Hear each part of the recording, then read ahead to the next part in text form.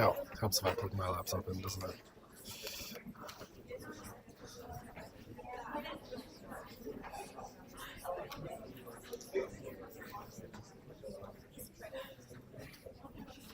Interesting.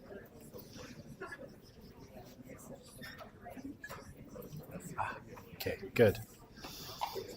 It's time. Para.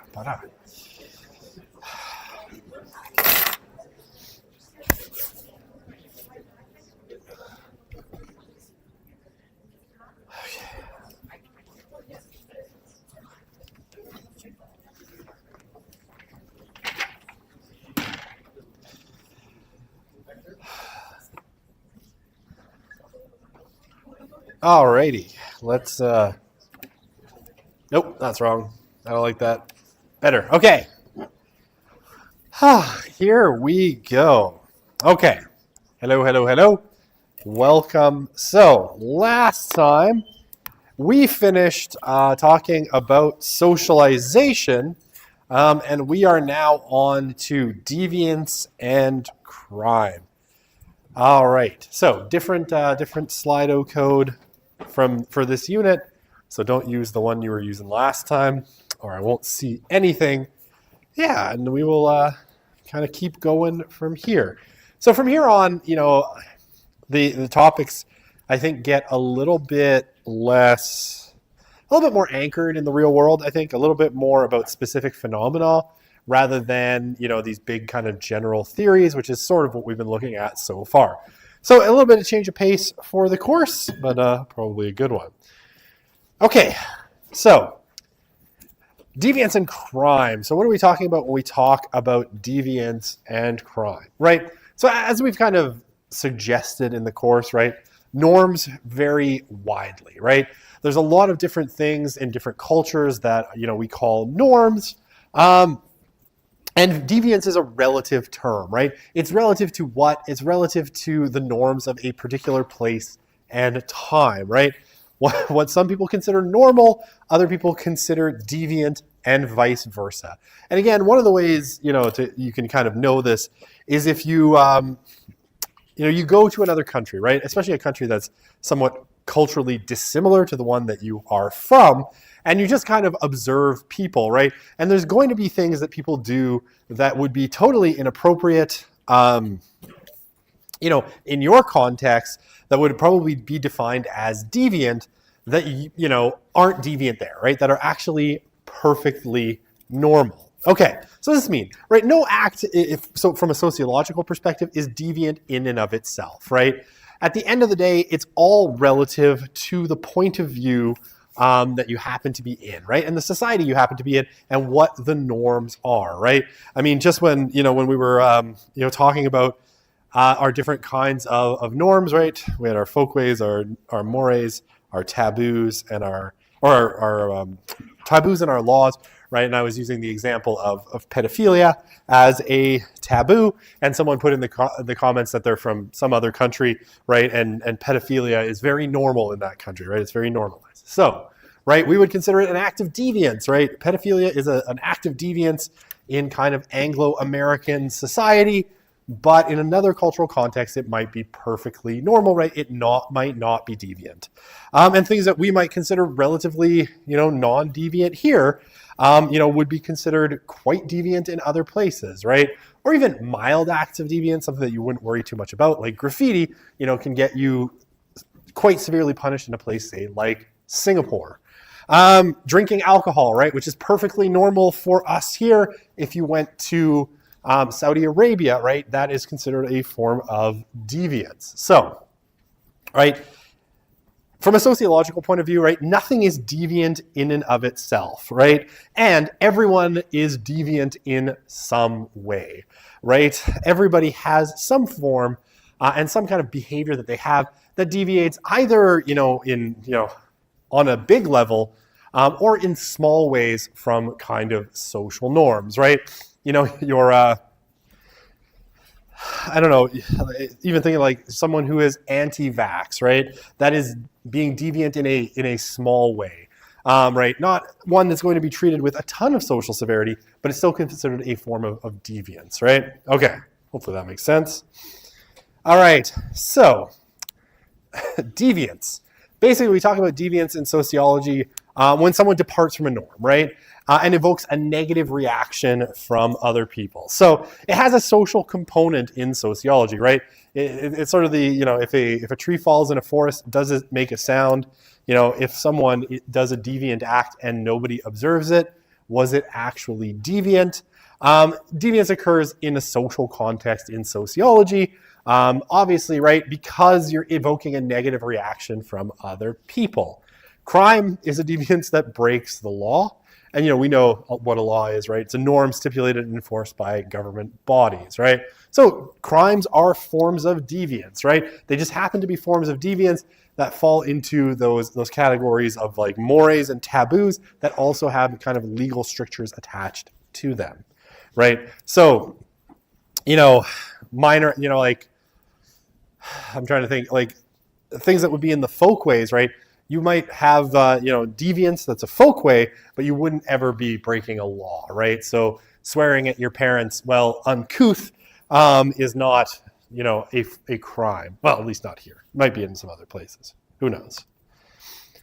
Okay.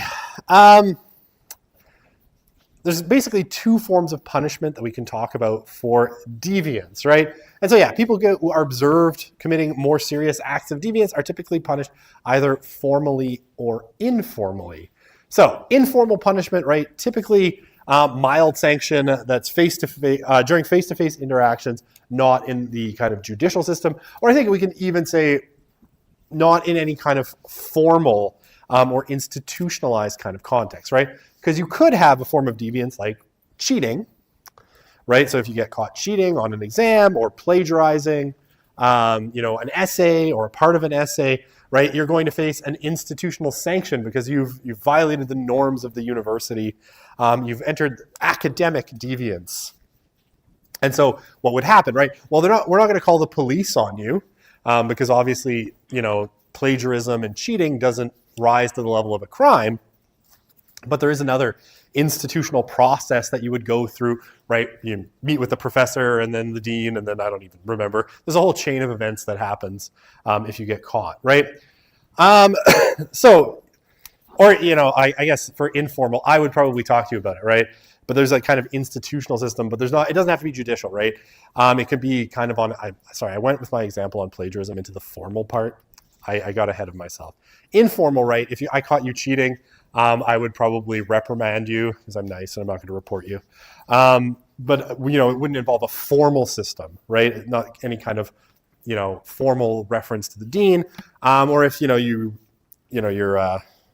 swearing at your parents, you might get a slap. It's a sort of informal punishment, but you're not going to get, criminalized or anything like that. Formal punishment, and sorry, I got ahead of myself on those other ones. Formal punishment is any kind of institutional setting, right? So you get caught plagiarizing and it gets referred to the dean and you get expelled, right? You've gone through a formal process. The definition here just says judicial system, but there can be formal types of punishment outside of the legal system, right? You get, you get written up by your boss for telling a customer off. A very satisfying experience, by the way. Occasionally when a customer is being a real jerk and you're quitting your job soon to go back to grad school, telling a customer off is one of the most satisfying things I ever did. I don't know why their car isn't here. The stupid company I work for overbooks the rental cars. It's not my fault. And you expecting that I'm going to have a car for you 5 minutes after you have your accident is stupid. Go to hell. Good day. I remember it like it was yesterday, even though it was a long time ago. All right. I got written up for that one. My bosses were like, oh, that's a formal reprimand on your record. And I was like, I don't care. Anyway, glad that doesn't show up in the video. Just your laughter. Okay. Now, funny, right? Cocaine toothache drops for children. Obviously, right, what's considered deviant in one time and place, it can change radically, right? And so this is an ad. When is this from? It says the date on it, right? Registered March 1885, right? Lloyd Manufacturing Co. For the, I love this. For the low price of 15 cents, which maybe, I don't know, was probably a lot of money at that point in 1885. But for the low price of 15 cents, right, you could buy cocaine toothache drops for your children, because your baby is teething or they have a cavity. And it's like, well, what we need right here is some cocaine. And obviously, right, as time changes and we understand what cocaine is better, we've obviously moved away from this particular remedy, and this sort of thing now would be considered deviance and drug dealing. So it would actually be a crime if you were trying to sell toothache drops for children that had cocaine in them. All right. Yeah, actually, that's a good way of thinking about it. Cheating on a test, right? Depending on the reaction you garner, right, you might end up with an informal punishment, right? If you have a professor that's like, I'm just going to like me, because I'm too lazy to go through the formal process. I said something bad about myself. I was honest. Jordan Peterson would like it. I hate going through that formal process because it takes forever and you have to prove it. So there has to be witnesses and all this stuff. I would just give you 0 on that question and probably not going to fight me on it, or give you 0 on the exam. And, if you want to make a case out of it, that would be a more informal punishment. But yeah, if I take you up to the dean's office and it's like, this person was caught cheating, we must brand a scarlet C on their chest forever and parade them around campus as the cheater. All right, maybe a little too Nathaniel Hawthorne of me right there, but it's a very deep literature reference there, the Scarlet Letter. But yeah, it can be both formal and informal. Okay, so deviance and crime, right, vary in 3 categories. The severity of the social response. Okay, so how big of a sanction are you getting? The perceived harmfulness. Both. So actual, like, how is actually harmful is it, and how much harm is perceived by society, and then the degree of public agreement. So is it something that everybody agrees should be treated as deviant, or is it something where there's some disagreement, right, whether it should be treated as deviant, right? So like, think about, like, prior to legalization, right, not everybody agreed that smoking marijuana was deviant, right? There was, it had a low level of social consensus. It's like it was a crime. It was, considered by some people to be deviant, but by a lot of other people to be sort of normal and not a big deal. Okay, all right. And now I have the pyramid of hair-based deviance examples. All of these examples have to do with hair. I did not make them up, but I will explain them to you. And that's actually a pretty good example to show where different kinds of deviance and different kinds of level of social sanction ultimately can be related to forms of deviance. Okay, so we basically have 4 levels, right? The most serious would be a consensus crime. The next most serious would be, and there's obviously very few of them, right? The pyramid gets smaller as you go down. A conflict crime below that, social deviation, and then social diversion, right? Okay, so, and basically as you go from the bottom of the pyramid, that's relatively, I guess, do I have my pencil? I can circle things and drive everyone crazy. I do. Great. I love it. All right, so right here, right at the bottom of the pyramid, we're talking about relatively harmless things, right? They are seen as deviant, but relatively harmless. And we have, evaluation of social harm. So how harmful do we think it is? And the severity of the response. Okay, so relatively harmless to very harmful. And then, how the evaluation of social harm, is it mild to severe? Okay, so, and then kind of the social reaction, right? The social responses are on this side. So, what is it going to be? Is it going to be severe, mild, confusion, apathy, all these things? Okay, so let's start with our hair examples, right? So an example of social diversion, right? So this is the lowest kind of level of social deviation, right? Or of deviance, is basically things that are seen as outside the norm and might get you, a scoff, might get you people looking at you funny, but probably is not going to go very far beyond that, right? It's going to be relatively mild, right? So, mild. Oops, wrong screen. I know how technology works. All right, so the example here, right? Dyeing your hair purple in Canada today, right? I never got the chance. The hair was gone before I thought about it. Curse you, Justin Trudeau. You took all the hair points at the when hair was being distributed. Okay. I kid. I don't hate Justin Trudeau much. All right, so dyeing your hair purple in Canada today, right? It's a little bit odd, right? Most people wouldn't do it, right? For most people, dyeing your hair purple is not something you'd want to do because it sticks out, right? You go into a job interview with purple hair, you're not exactly sure how people are going to respond to you, right? But there's nothing really wrong with it. You know, the grannies passing you on the street might look at you funny and be like, oh, purple hair, weird, right? But it's not seen as very serious, right? This is the level of social diversion, right?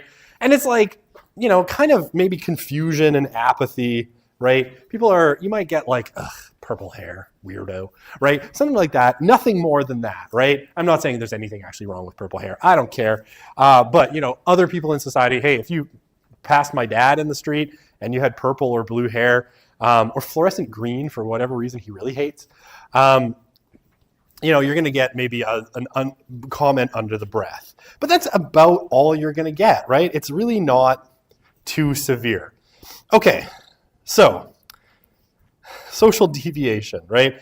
A little bit more serious, right? So the example here, again, we're talking hair-based examples. You know, wearing your hair long as a man, right? Obviously, as a woman, not a big deal. But say you were a man, right, or male, and you wore your hair you grew your hair long and wore it in a ponytail in the 1960s, right?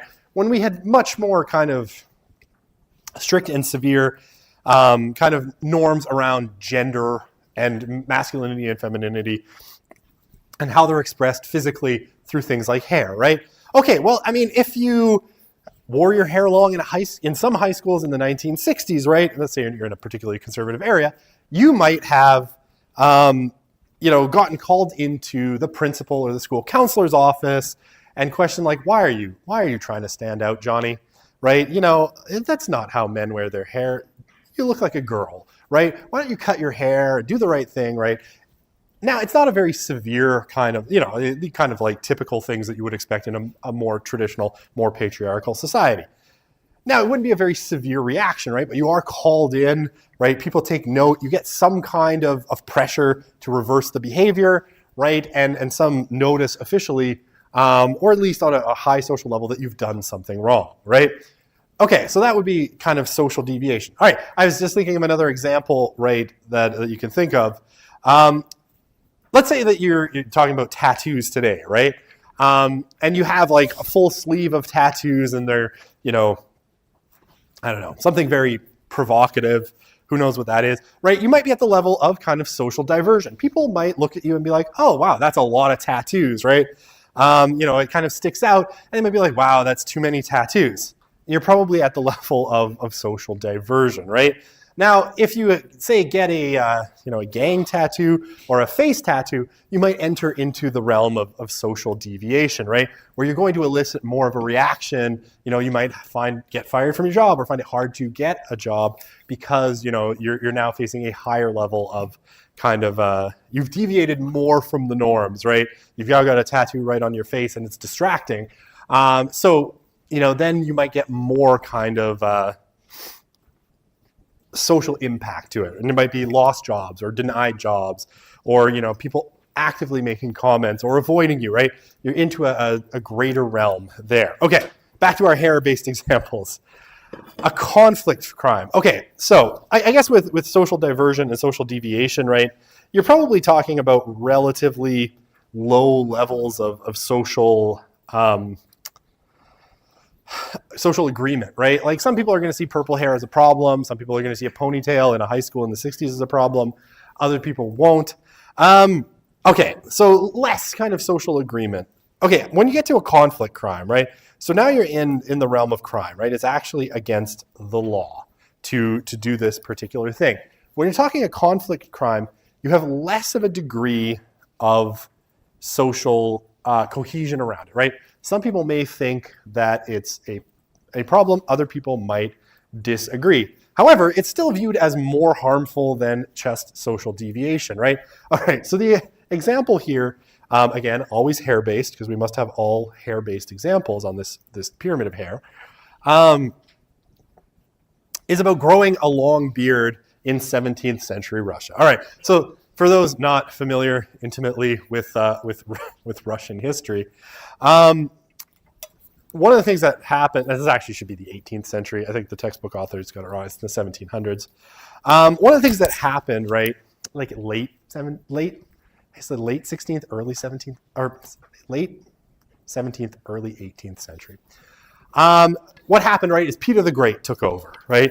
And one of the things that Peter wanted to do was to Europeanize Russia, right? Bring it more in line with Western European kind of values. And so he told his nobles, who were called the boyars, that, who happened to, wear long kind of traditional Russian robes and grow long beards. And he's like, nah, that's not going to be a thing anymore. You're all going to shave and kind of look like nobles in the European style. And if you don't, you will go to jail, right? I will jail you as the, the Tsar or the emperor. I will actually jail you for having the long beard, right? Okay, so again, hair-based example, it was a crime, right? The government defined a nobleman wearing a long beard as a crime, but the boyars, certainly didn't agree, and there was a low degree of, or a limited degree of social consensus around it. So that's why it's called a conflict crime, right? Because there's some social conflict about whether it should be. All right. Now, and again, it was seen as relatively harmful because it could land you in prison, right? You were going against, Pyotr Pervy, Peter the Great, the Tsar of Russia. So you were going against what the leader of your country said. So definitely a crime, but not everybody agreed. All right, and our last level, the highest agreement, everybody more or less agrees at the consensus crime level that yes, this is a crime and it is very serious. Right, so, and this is, a Japanese example, right? Wearing samurai hairstyles in medieval Japan. Okay, so everybody in medieval Japan more or less agreed that this was a problem. Why? Well, it was a very class stratified society, right? And the way you wore your hair often signified what social class you were. And the samurai, right, they were a particular, wrong screen, social class, and they had a particular hairstyle. Now, if you imitated that hairstyle and you were, say, a peasant, you were suddenly taking onto yourself something that didn't belong to you, right? And that would have marked you as being of a higher social class. You would have been a samurai. And then, you could potentially access some of the benefits that were not given to your class, that were only given to the samurai. And so, in medieval Japan, wearing a samurai hairstyle when you were not a samurai was punishable by death. Can you imagine being put to death for a hairstyle? Seems pretty extreme, but because Japanese society had this particular notion, right, that these are the classes, these are the social classes, they're there for a reason, we can't deviate from them. Your act of deviance in wearing a samurai hairstyle, you're moving outside of your station, you're putting the whole social structure at risk. If everybody starts wearing samurai hairstyles, we're not going to know who anybody is. We're not going to know that you're a peasant. We're not going to know that you're whatever. I don't remember all the classes in medieval Japanese society. But, we're not going to know who you are because your hair tells us that. And so by transgressing this, you would have been put to death because you are violating the whole social structure by wearing that hairstyle. All right, and that is the pyramid of silly hairstyle examples of deviance and their level. Are the pyramid norms equivalent to the taboo morae chart? They're different ways of categorizing things. They're different ways of categorizing things, right? That particular chart, of our folkways, mores, taboos, and laws, it's a different way of thinking of it. There's more examples of, do you need to know the types of deviance and crime from the pyramid? Yeah, you do. I just spent like 15 minutes talking about it. 100 percent. You need to know this. Okay, so there are different ways of categorizing it. More examples of conflict crime. Could I give you some non-hair-based examples? Where do pronouns fall in the pyramid? I mean, I don't know. All right, silliness. Let's not get into the silliness. So I'm assuming, this question, I would assume someone using incorrect pronouns for someone. I would assume if I was just guessing that this is probably depending on which part of society you're in, if you're in rural Alabama, it might be social diversion. Oops, you did the wrong thing. If you're, say somewhere that's more attuned, I don't know, the campus of Harvard University, for example, where people take pronouns more seriously, I'm guessing you're probably in social deviation, right? You might get some kind of, social sanction for using the wrong pronouns, especially if you do it on purpose. That'd be I'm not sure. The question's not very clear, but so yes, you know that. Okay. More examples of conflict crime.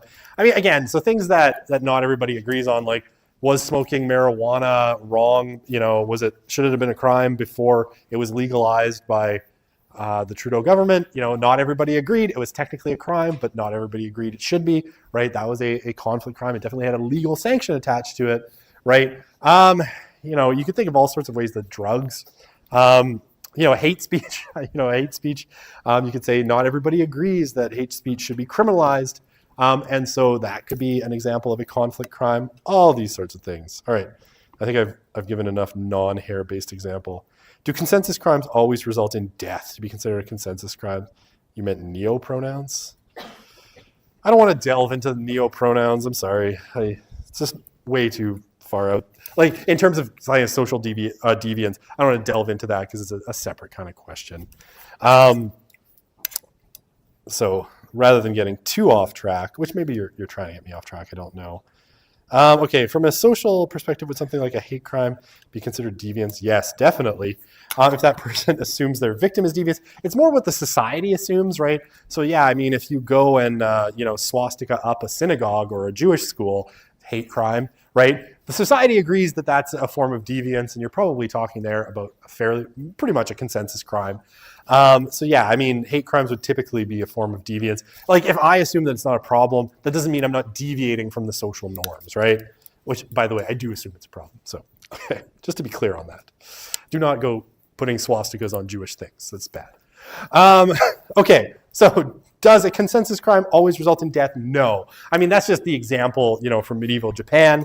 It's anything that has a high, murder, right, in Canada would be a consensus crime because pretty much everybody agrees that murdering someone is wrong, right? Now, are you going to be executed in Canada? No, because we don't have the death penalty. You're going to be tossed in prison, for 25 years to life. That would be the social kind of punishment. And same thing with pedophilia, sexual interference with a minor, right? Pretty much everyone agrees that it's a crime and it's going to land you in prison, but we don't have a formal death penalty here. So, no. Okay.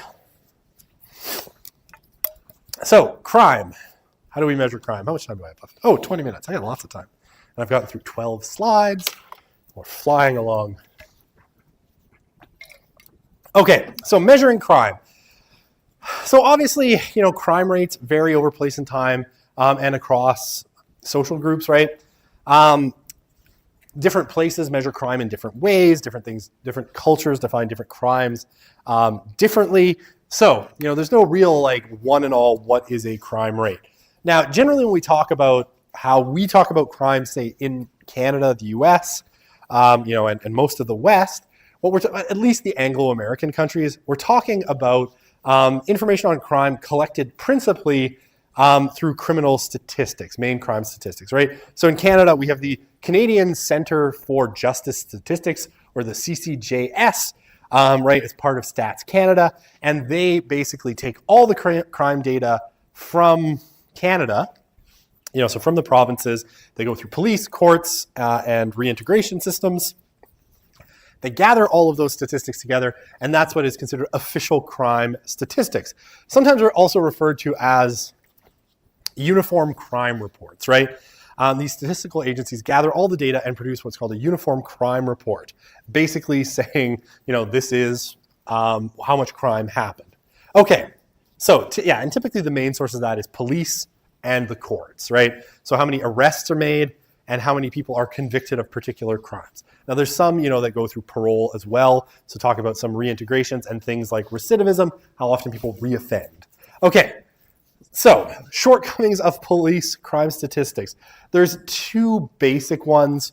And one of them is that a lot of crime, things that are on the books, is never reported.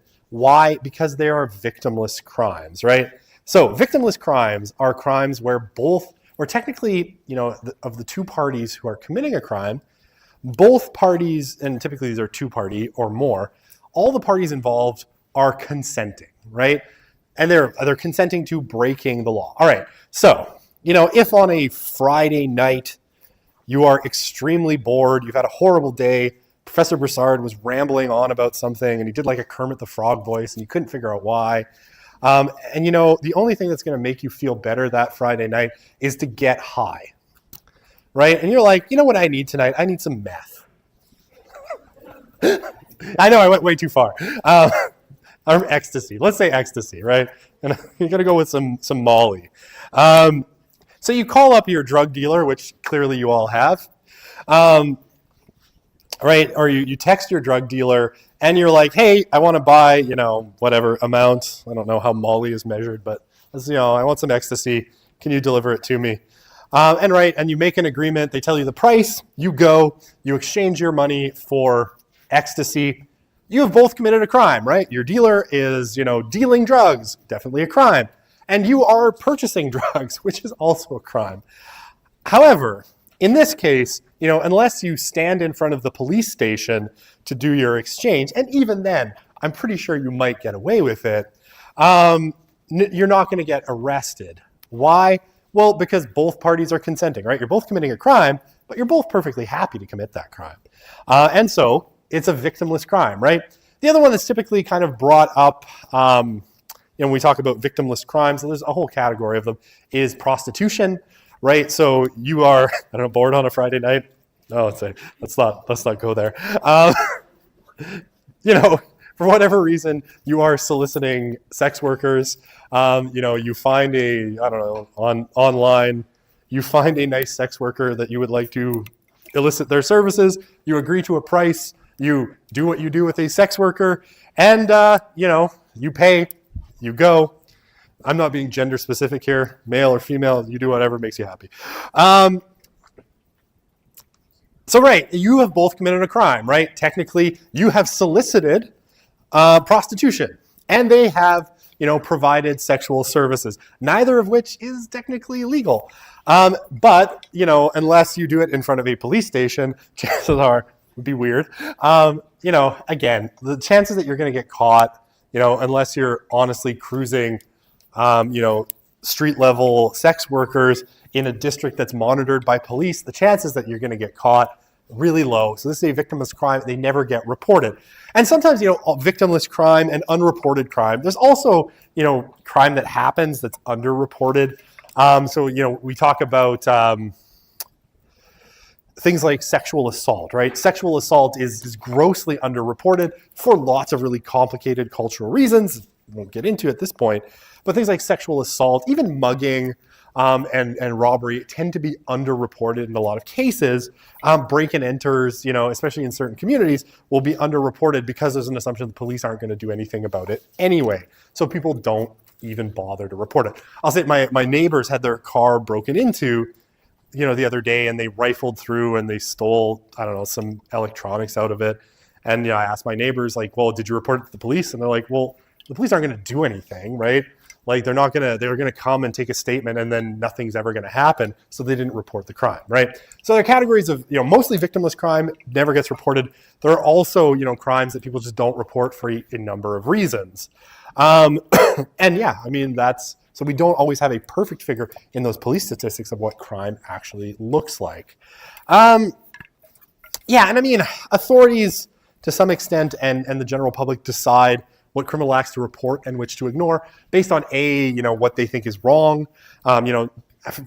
for a long time before it became, decriminalized, smoking was barely reported to police because everybody just sort of accepted that it happened and nobody really cared. And yeah, I mean, sometimes the authorities will choose to, ignore crimes because they're like, it's not worth it. And yeah, a lot of the time the public just ignores things or doesn't report it because they think the police won't do anything about it, like my example. Okay, so to get around this sociologically, a lot of times these kinds of crimes that aren't reported are sometimes referred to in criminology as the dark figure of crime, right? It's like, they always say like, you see a piece of the iceberg, but then most of the iceberg is underwater. This is sort of the same attitude we have about crime in criminology, right? There's a whole bunch of crime that happens, under the water level that we don't see. And to get at this, there's two basic ways that researchers try to understand that dark figure of crime.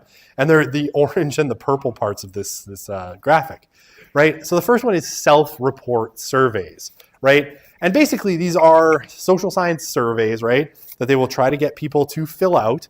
And they will ask people, whether they have, essentially, have they been involved in a criminal activity, either as the perpetrator or as a victim. And yes, people do actually fill these out, right? They're always anonymous, right? Because no one would answer them if they had to put their name on it. But people actually do fill out these surveys and say, yes, I have, dealt marijuana, I assaulted someone, all sorts of things on these kind of self-report surveys. People also, will report that they were victimized on self-report surveys, right? That they were assaulted, but they didn't say anything, or their house was broken into, right? But they didn't report it, right? And this gives us some idea of what kind of crime is happening below the waterline. The other one is straight up victimization surveys, where you ask people, whether they have been victims of a crime. Now, these ones are easier, obviously, to gather data on because people are actually more willing to tell you that they were the victim of the crime than the perpetrator of a crime for, I think, obvious reasons, right? And we send these out. These are usually like, parts of other social science surveys, right? You usually wouldn't send out just a straight self-report or straight victimization survey. You tack it on to another survey, usually somewhere in the middle, asking about some other phenomenon. You might ask about these as well. And we take that data out and use it to reconstruct, how much crime is happening that the police aren't maybe aware of. Okay.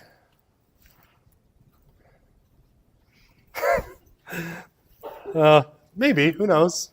Depends how bad that stupid bastard Professor Broussard's lecture was. Maybe he really bummed you out. If person A forces person B to murder them, is person B charged with murder? Okay, this is like the plot of some horror movie. So I have no idea. Can I be? I'm not a lawyer, and I don't ask me specific legal questions.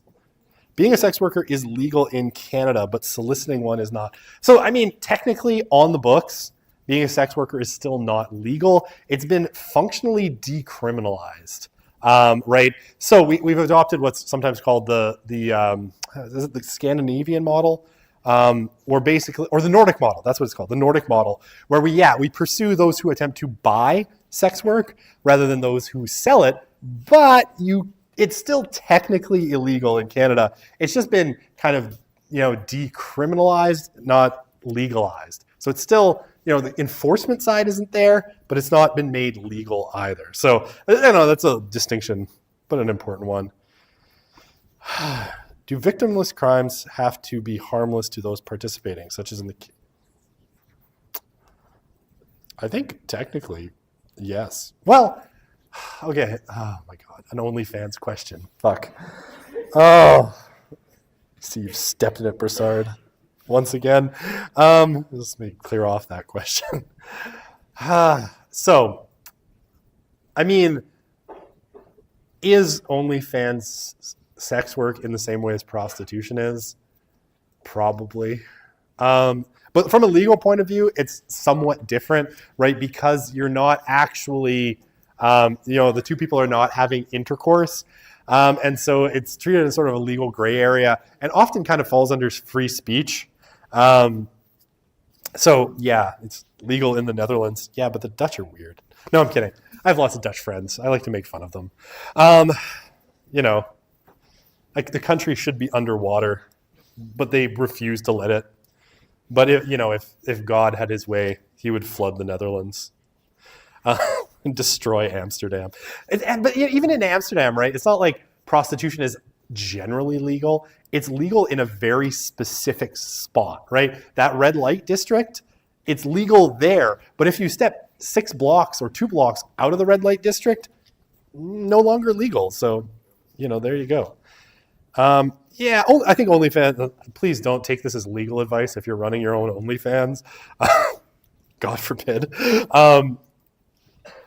This is not legal advice. I think you're technically in a sort of legal gray zone where, yes, you are essentially making pornography and you're selling it, but it's not technically considered sex work in the same way as like prostitution. Yeah. Anyway, we've gone into a dark place. I can think of 3 bald teachers who are knowledgeable when it comes to meth. Okay, silly. I know, like literally, I know the word meth, so don't count me as knowledgeable. I'm the most boring person you've ever met. I've never done any drugs, so I can only talk about them in the abstract. Okay, so do victimless crimes not have to be harmless to those participating, such in the case of drugs? I mean, yeah, oh God. Okay, no, I'm not, because I don't know. Honestly, like, now we're talking into like arcane legal theory, and I'd have to do case law. And I got into law school and I shadowed like 3 lawyers, and then I looked at what their life is like and I said no. So I refused to answer legal questions. I was like, no. You know what? I didn't go into the law for a reason. I wanted to do something more fulfilling, like teaching this class. Honestly, like the worst one was real estate law. When I shadowed this person who did real estate law, and literally all they do is like have people sign the same forms over and over again all day. I was like, well, I would kill myself in 3 days, so at least I wouldn't be this kind of lawyer for long. And then I was like, yeah, I turned down my acceptance to law school. Okay.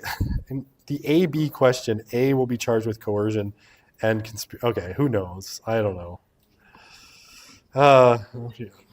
No. Very much no. I am incredibly boring. All right. Okay. There. Okay. Oh my God. What have I done? Okay. All right. Would graffiti on public property be a victimless crime? No, because the state is the victim, right? Or the public, whoever, like the city or the province or whoever the land belongs to is the victim.